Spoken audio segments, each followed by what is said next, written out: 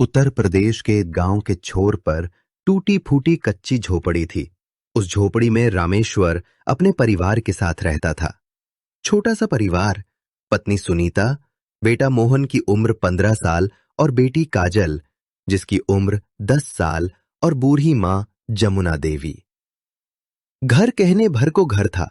ऊपर छप्पर में जगह जगह से छेद, चारों ओर कीचड़ और अंदर हमेशा भूख का साया था। जुलाई की पहली तेज बरसात हुई। बिजली कड़क रही थी, मूसलाधार बारिश हो रही थी। झोपड़ी के अंदर जगह जगह से पानी टपकने लगा। पानी रुकने का नाम ही नहीं ले रहा था। बच्चे डरकर मां से लिपट गए। काजल कांपते हुए बोली, माँ, हमारी झोपड़ी गिर जाएगी क्या? सुनीता की आंखें भर आईं, पर उसने हिम्मत बंधाई। नहीं बेटिया, भगवान सब देख रहा है। अगली सुबह भी बारिश हो रही थी, लेकिन रामेश्वर को मजदूरी पर जाना ही पड़ा। ठेकेदार चेतनलाल के यहां ईंट ढोता था। भीगते भीगते उसने पूरा दिन काम किया। पीठ छिल गई, हाथों में छाले पड़ गए।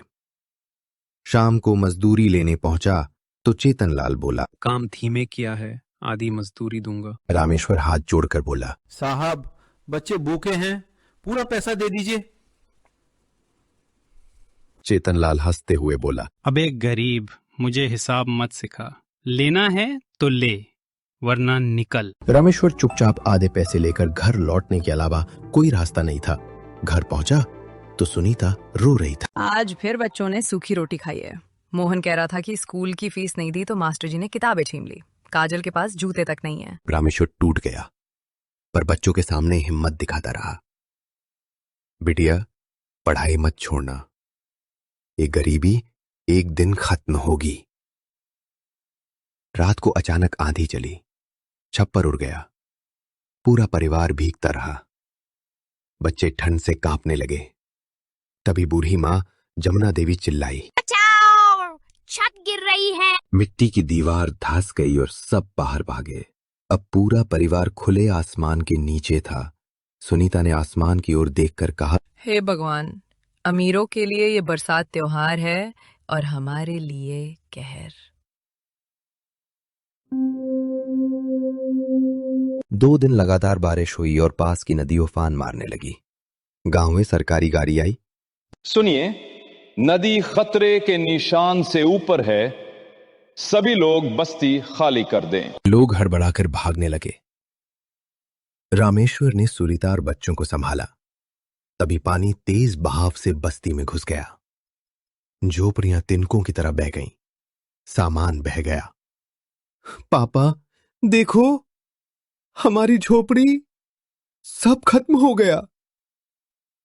रामेश्वर ने कांपती आवाज में कहा, बेटा, घर की मिट्टी बह गई है, लेकिन हमारी हिम्मत अभी जिंदा है। रामेश्वर ने पत्नी के साथ बच्चों का हाथ थामा और राहत कैंप तक पहुंचा। वहां सरकारी अफसर चावल दाल बांट रहे थे। 2 दिन बाद बच्चों ने पेट भरकर खाना खाया। रामेश्वर ने सुनीता को देखा और कहा, देखो, हमने घर खो दिया, पर परिवार बचा है।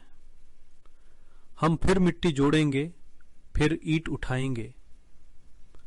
गरीब गिरकर भी उठता है, क्योंकि इसके पास हिम्मत कभी खत्म नहीं होती। सुनीता की आंखों में आंसू थे, लेकिन चेहरे पर हल्की मुस्कान लौट आई। कुछ दिनों बाद सरकार ने घोषणा की, हर बाढ़ पीड़ित परिवार को नया पक्का घर और एक सदस्य को रोजगार मिलेगा। रामेश्वर का नाम भी सूची में आया। अब उसे ईंट ढोने की जगह गांव में चपरासी की नौकरी मिली। उस दिन उसने बच्चों से कहा, बेटा, अब तुम्हारी पढ़ाई नहीं रुकेगी।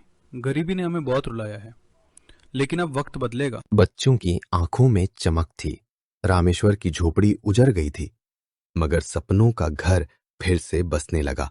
इसलिए हमें भी हार नहीं माननी चाहिए। चाहे हम कितना भी विफल हो, हमें प्रयास करते रहना चाहिए। आज के लिए इतना ही। जल्दी मिलते हैं एक और नई कहानी में। आप चैनल को सब्सक्राइब जरूर करें। धन्यवाद।